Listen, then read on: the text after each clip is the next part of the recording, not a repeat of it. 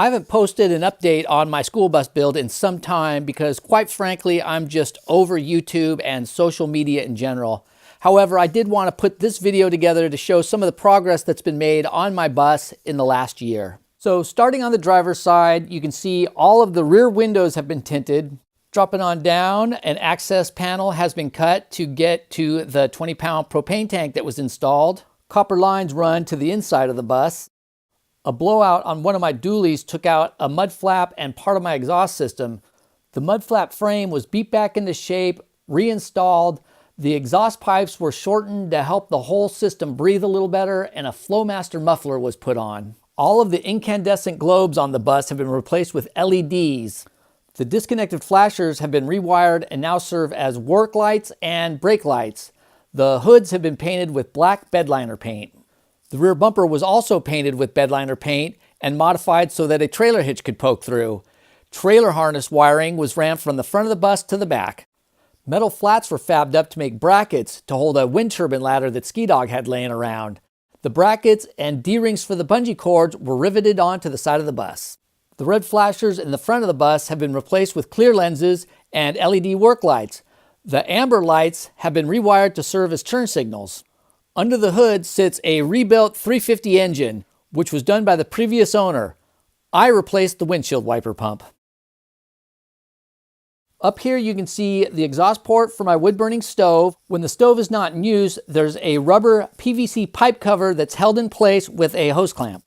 After a hole was cut in the roof, the MaxxAir fan was popped into place. Steel roof rails were fabricated, plasma cut, dimple dyed for strength, then painted with more bedliner paint. They were riveted into place after I sanded and painted the roof tan. Two 100-watt Renogy solar collectors have been mounted to the roof rails and are providing me with off-grid power. Just inside the door, a fire extinguisher has been mounted, and there's a carbon monoxide detector in the back. Shelves were installed with little cubby holes.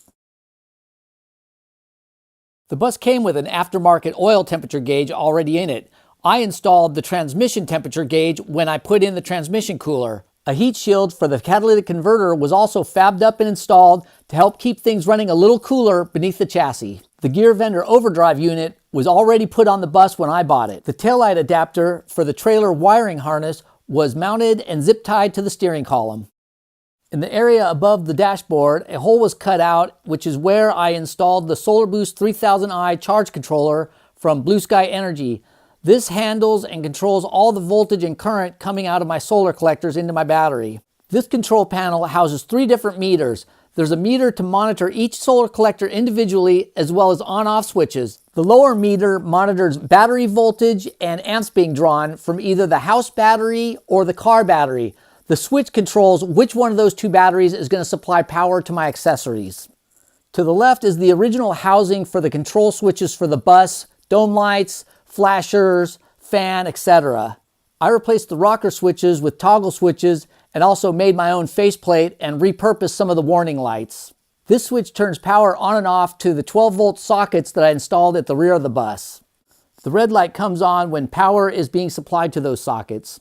The amber light lights up when my headlights are being used. The remaining 4 switches control the dome lights on the inside of the bus and the work lights at the front and the back.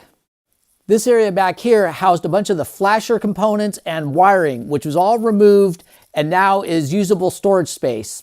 Behind the driver's seat, I built some shelves which hold 2 2.5-gallon Scepter water bottles as well as my clothes. More cabinets, shelves, and storage were built along the side. This countertop flips open to reveal a very disheveled kitchen area that houses my propane stove, which is connected to the propane tank outside. There's more storage space available underneath the countertops and alongside the wheel wells. At the end of those cabinets is where I keep my cleaning supplies, my toileting articles, and a on-demand water heater from Mari, which is supplied by a SureFlow water pump.